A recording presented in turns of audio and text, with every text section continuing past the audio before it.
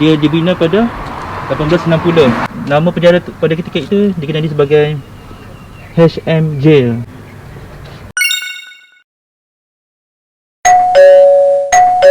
Kita pergi beli tiket dia, masuk dalam penjara. Ini dia museum. Okay, ni adalah pintu masuk dia. Tapi hati-hati lah sebab tepi jalan. Tak ada kata dia cakap. Ni dia punya trademark dia. So dua tempat kita tak pernah kami gambar. Satu kita ingat bilik sebarotan, satu lagi bilik gantung tu saja. Yang lain mana-mana tempat tak ada masalah.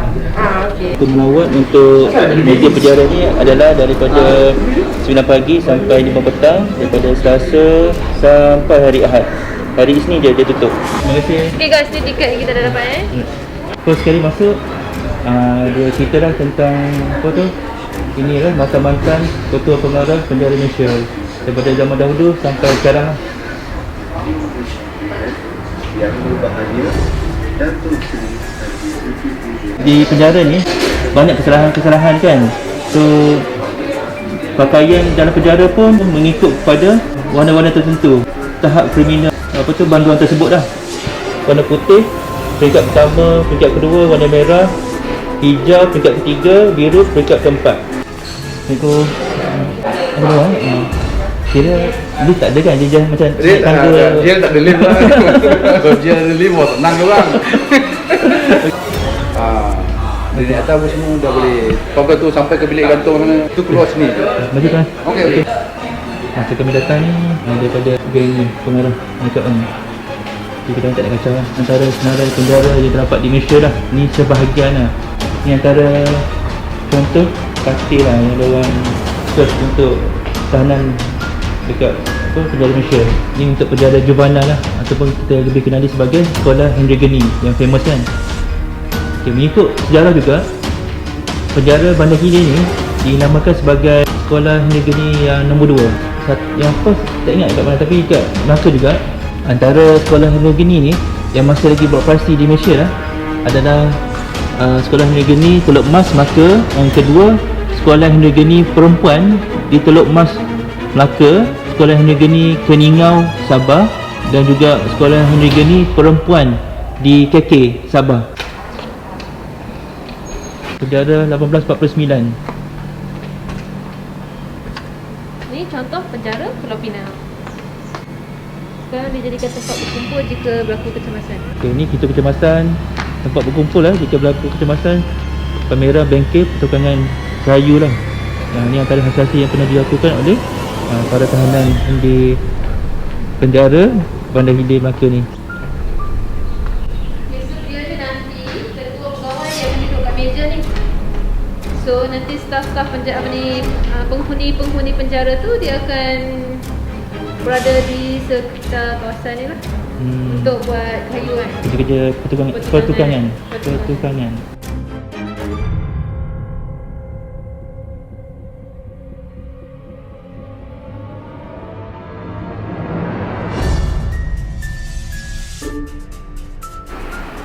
Dikatakan gadis mutiara pengangkutan utama kaki tangan dan keluarga dari Pulau Jerejak ke Jeti Gelugor Pulau Pinang. Lampu limpah ni dikatakan pernah digunakan untuk menerangi sekitar pos kawalan penjara di penjara Jerejak. Sebelum kedatangan British ni, Pulau Jerejak merupakan sebuah pendapatan nelayan asalnya. Pulau ini luasan dia lebih kurang dalam 260 hektar, terletak di antara Pulau Pinang dan juga seberang perai. Pada 1910 sehingga lewat tahun 1930-an, Pulau Jerejak telah dijadikan sebagai pusat kuarantin bagi perjalanan buruh asing ke Pahang. Okay, Pulau Jerejak telah dijadikan salah satu daripada kem tahanan politik British, ataupun lebih dikenali sebagai penjara Pulau Jerejak ataupun Pulau Buangan pada sekitar tahun 1948 hingga 1949. Kerajaan British membina hospital bagi penyakit TB dan kusta di bahagian timur pulau tersebut yang boleh memuatkan seramai 150 orang pada satu masa. Pusat pemulihan akhlak pada tahun 1981 lah lebih kurang. pada ketika itu terdapat 100 orang tahanan mengamuk dan memusnahkan sebahagian daripada bangunan pusat pembinaan akhlak tersebut dan dipindahkan ke Muar dan juga Simpang Renggam, Johor. Perpindahan ini menamatkan riwayat Pulau Jerjak sebagai tempat buangan dan sekaligus meninggalkan sisa-sisa sejarah untuk terdepan generasi hari ini. After 1990, Pulau Jerjak dah kosong, dah tak ada dah. Dia jadi satu pulau tinggalan yang sekarang ni banyak orang kata berlaku benda-benda mistik kat sana. So inilah antara sejarah Pulau Jerjak, gelaran Alcatraz of Malaysia. Ini antara view yang terdapat pada pusat tahanan Pulau Jerjak pada ketika itu dah. Tun Dr. Ismail pernah mengiringi Datuk Ibrahim Muhammad melawat pusat pemilihan akhlak Pulau Jerjak. Gambar gadis mutiara lah yang betul kan. Ni antara jeti dia dah. Antara menara Pinijau yang terdapat di Pulau Jerjak. Ni dia punya pintu masuk lah dekat jeti pusat pemilihan akhlak Pulau Jerjak.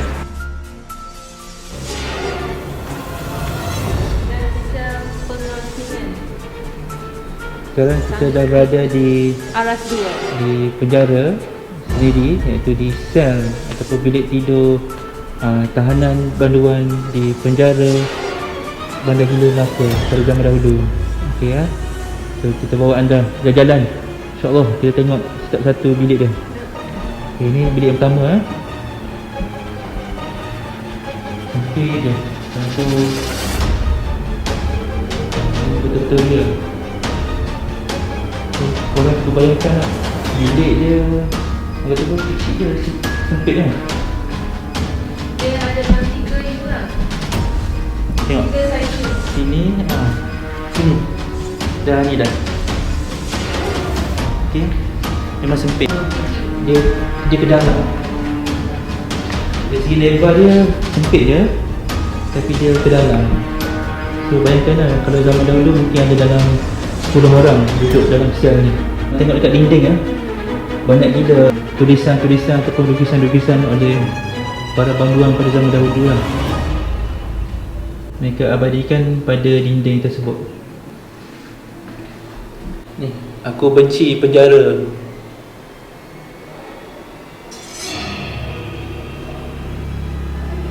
Ni, I love Murni.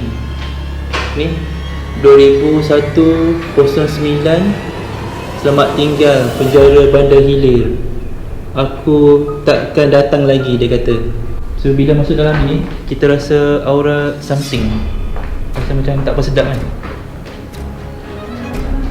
Okay, jom kita pergi ke sel yang lain pula. Sini mungkin tempat dia nak tengok apa ni? Luar. Kalau sini mungkin tempat makanan masuk kot. Betul. Ni dia ada 2 kan. Dia macam Tapi dia dah macam dah set semula dah. dia buka ni. Betul ni.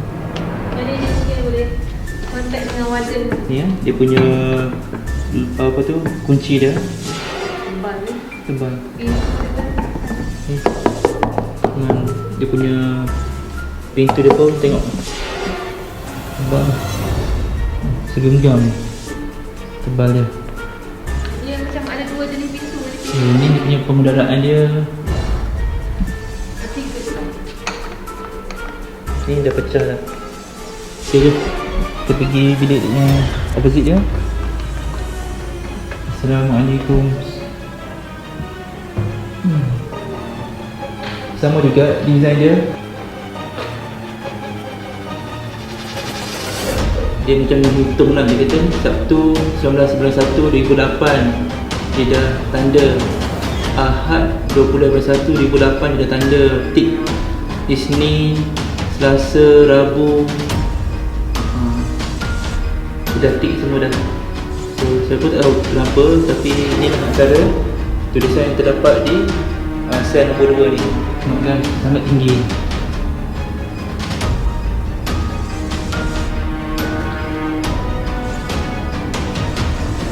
Ini Indo 70904 kes 394 KK.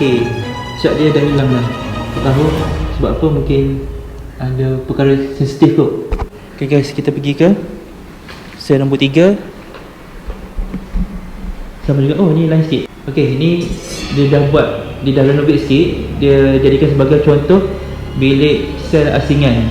Selalunya kalau ada orang yang buat hal lah, so mereka akan dikurung kat sini untuk beberapa ketika. Kat sini dia kata ada tong najis dan tong air bersih yang digunakan oleh penghuni dalam penjara. Tapi masa kami sampai sini, tong tu tak ada. Kalau nak tengok yang real kat sebelah. Okay, jom. Ni gambar asal ni. Guys, ini antara gambar asal sel asingan. Kat sana tu bilik sel asingan nombor 2 ada terdapat tong najis tu. Kita just ambil gambar je lah. Assalamualaikum. Inilah tong najis yang digunakan dan tong air bersih.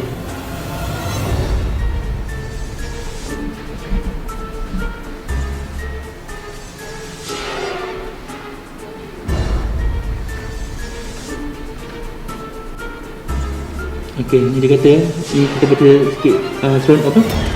Macam istimewa jugalah. Nukilan daripada panduan dahulu. Dia kata sebuah kehidupan penuh debaran dan hakikat yang terpaksa ditempuhi. Jom.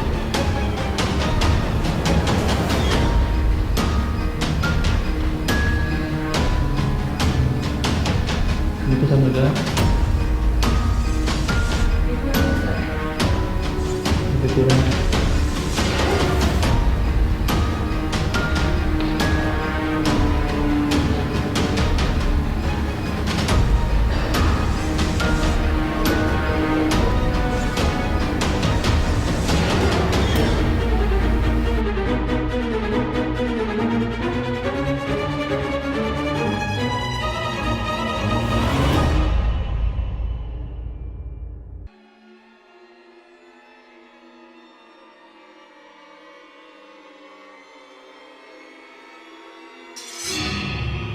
Menurut Puan Warden tadi, masa kita daftar dekat kaunter tiket, bila kata boleh ambil video, tak kisah. Cuma hanya 2 tempat je yang tak boleh.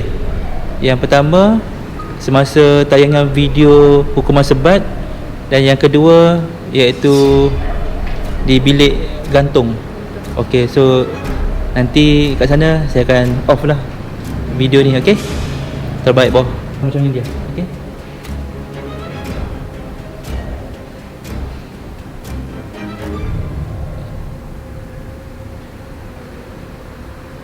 Slow slicing. Hmm? Slice. Cukup je. Ni antara contoh-contoh hukuman lah yang terdapat di, bukan setakat di Malaysia tapi di seluruh dunia. Ada cerita kat sini lah.